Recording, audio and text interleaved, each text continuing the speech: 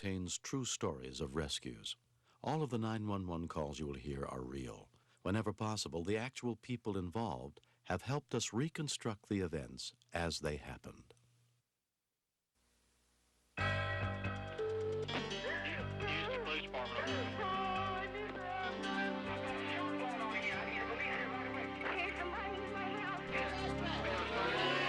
This is 911. Do you have an emergency?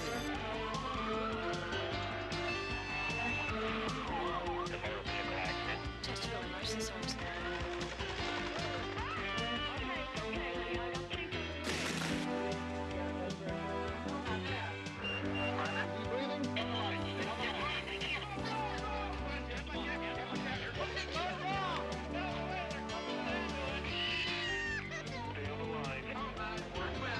Come on.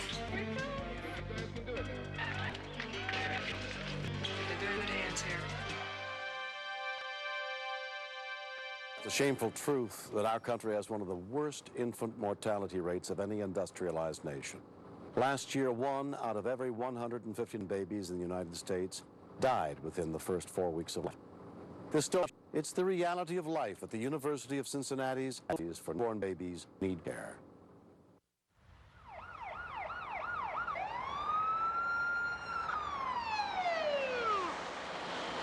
A 7 months pregnant woman is being rushed to University Hospital. Baby girl right here, a baby girl. Where is she? There have been babies born for millions of years before there were physicians to help in their care, and many of those babies died. Here, pink and breathing and crying. Just show me the way. We got a baby. Here she is. Call PEDS. 333, call PEDS. Okay. There you go. The 3-pound, 2-ounce girl was 7 weeks early. But though born in an ambulance, this premature baby was lucky enough to have no major problems. Right there.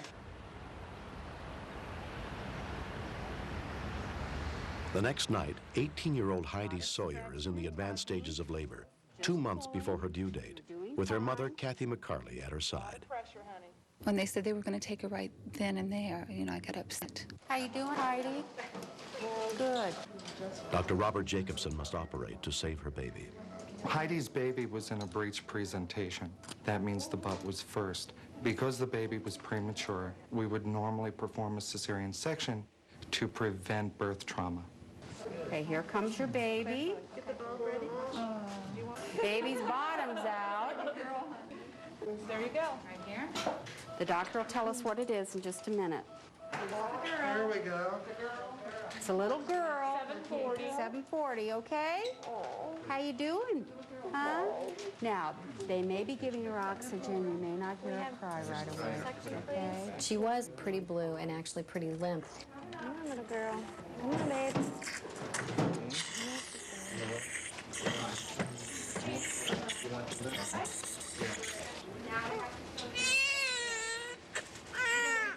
A crying baby is a baby that's breathing, and that's always a real welcome sign. Do you have a name for her? Yeah. What is it? Destiny Renee. Destiny Renee. Very pretty. Premature babies will often do well for the first few minutes or so and then develop more respiratory distress. You know that their lungs aren't mature. We've given you some medicine. It was really hard because I wanted to hold her. I wanted her close to me. Now, the pediatricians are going to take her to the nursery. I didn't know what to think, if she was okay or not.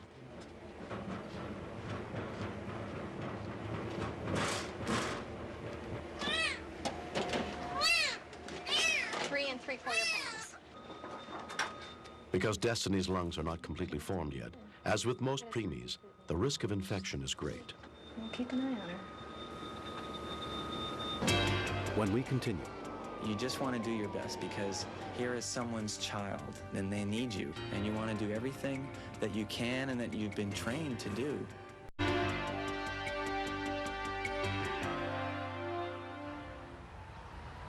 2 nights later, a children's hospital neonatal transport team is being sent to a nearby hospital to pick up a newborn baby who's critically ill. I'll let you finish this. I'm going to get some frosted gland out.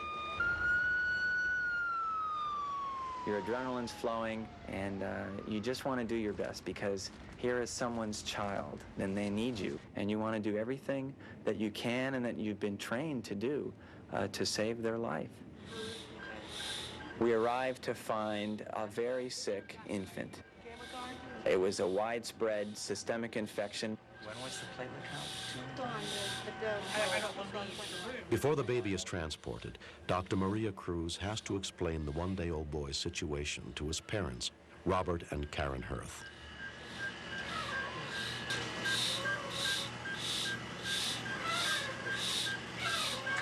You never imagine it happening to you.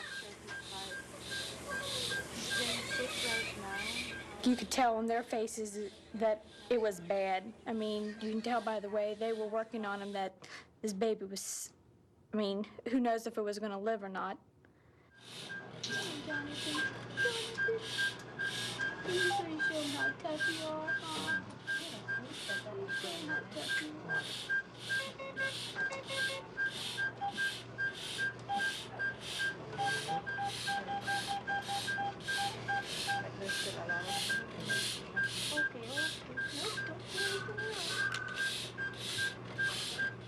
It's so painful because you can see the parents who love the baby so much suffer through everything.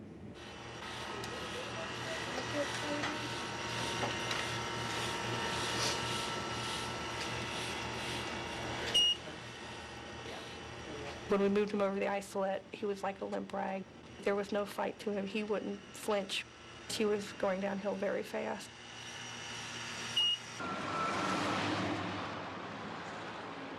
He definitely needed extreme critical care.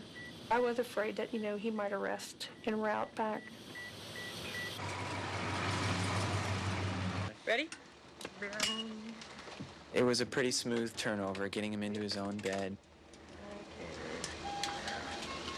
You have to find out what kind of infection the baby is suffering from so that you know what kind of medication to give to this baby. It's most probably group B streptococcus, and so we start giving the antibiotics, but the antibiotics still take time to work. The baby's father, Robert, has driven over immediately to be close to his son. Does he have a name yet? Jonathan. Jonathan? That's great. Is this your first? Or? Yeah. Oh, well, congratulations. Well, you're going through a lot already. Yeah. There's always a hope, and that's what keeps most parents going.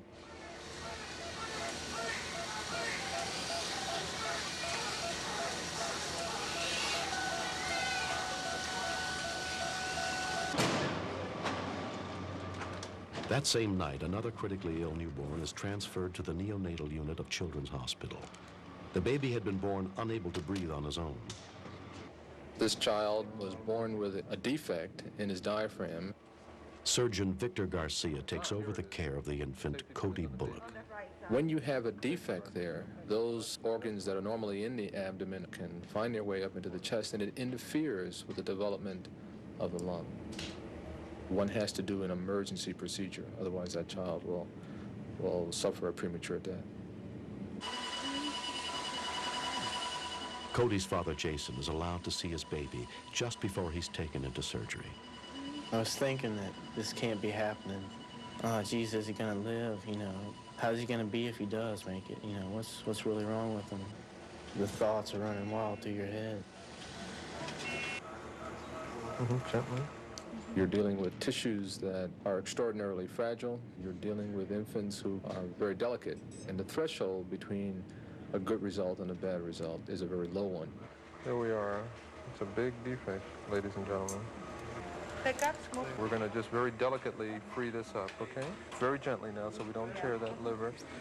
That's where the hole was. Now it's all closed up. This is just a beginning. Even though we fixed this part, it's still yet to be determined whether the lungs are developed enough so that the baby will be able to breathe on his own. So even though he looks okay now, we have yet to see.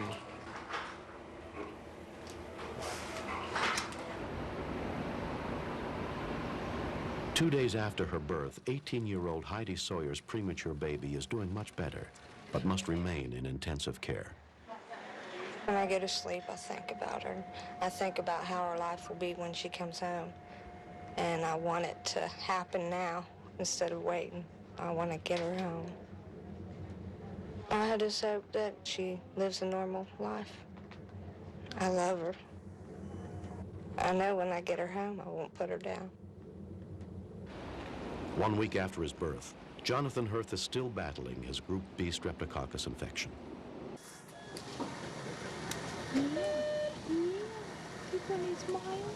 Jody, Mrs. Jordan is on band 0. His parents refuse to give up hope. Yeah, you're gonna smile, aren't you? Yeah. You gonna wake up? You gonna wake up? You gonna wake up?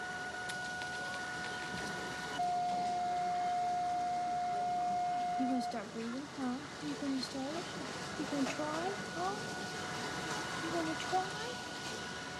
The doctors or the nurses says he can hear you and feel you, so we just sit there and talk to him all day and play with him all day and just make sure that he knows that we're there. See you moving your eye a little. Yeah, I see that eye moving. Come on, grab it. Come on. Just let him know we're there and we care for him, and hopefully he'll respond a lot better, knowing that he's got some loving parents waiting for him to come through. The next day, Dr. Jonathan Wispey gives Karen an update on her son, Jonathan. What they had feared most has happened. Group B, streptococcus, it's an infection that starts in the lungs, goes to the blood, and frequently goes to the brain, and that's what it has done in this baby. The meningitis is what could do it in, basically, yeah. You know, babies who get Group B strep meningitis, which is the infection he's got, probably half of them have some permanent kind of consequences from it. He's been wrestling all Down the hall, Angela and Jason Bullock look in on their 8-day-old son, Cody, who's slowly recovering from the surgery to repair his diaphragm. It reassures you when you go in and you see him and he wakes up or something, or he cries or anything. You just notice each little thing. That's cute. That's cute.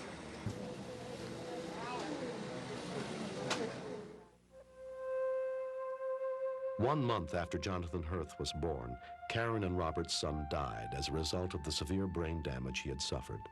You prepare for 9 months to have a baby and you want to bring it home, and then when something like it happens and you know it's not going to last, you take every little moment and cherish as much as you can, because you know that's all you're going to have to last you a lifetime. Group B streptococcus is a common bacteria which many mothers-to-be carry without any problems. But like Jonathan, babies can catch it during the birth and suffer complications. When you hear strep, you think of strep throat. No one's really heard of Group B strep. It's just a simple urine test to be tested for Group B strep. We want to let the mothers and fathers know about the disease so they can ask their doctor about it.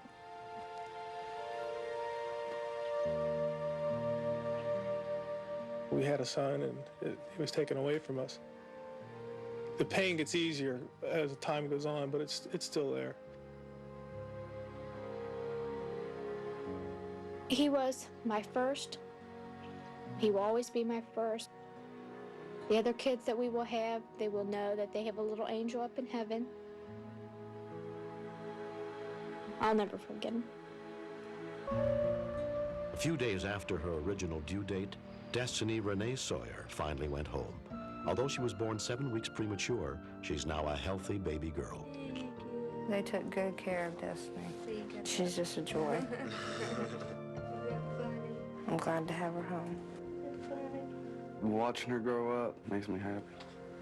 She does a lot of things that'll amaze a person.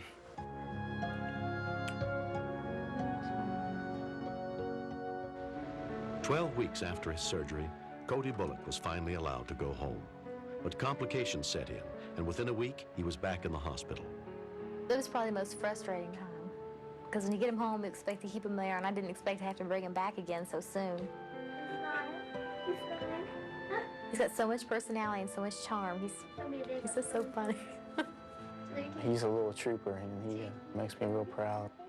And he is a beautiful baby boy. I just want him to be okay and as close to normal as they can get him, but I'll take him whichever way they give him to me. I don't mind.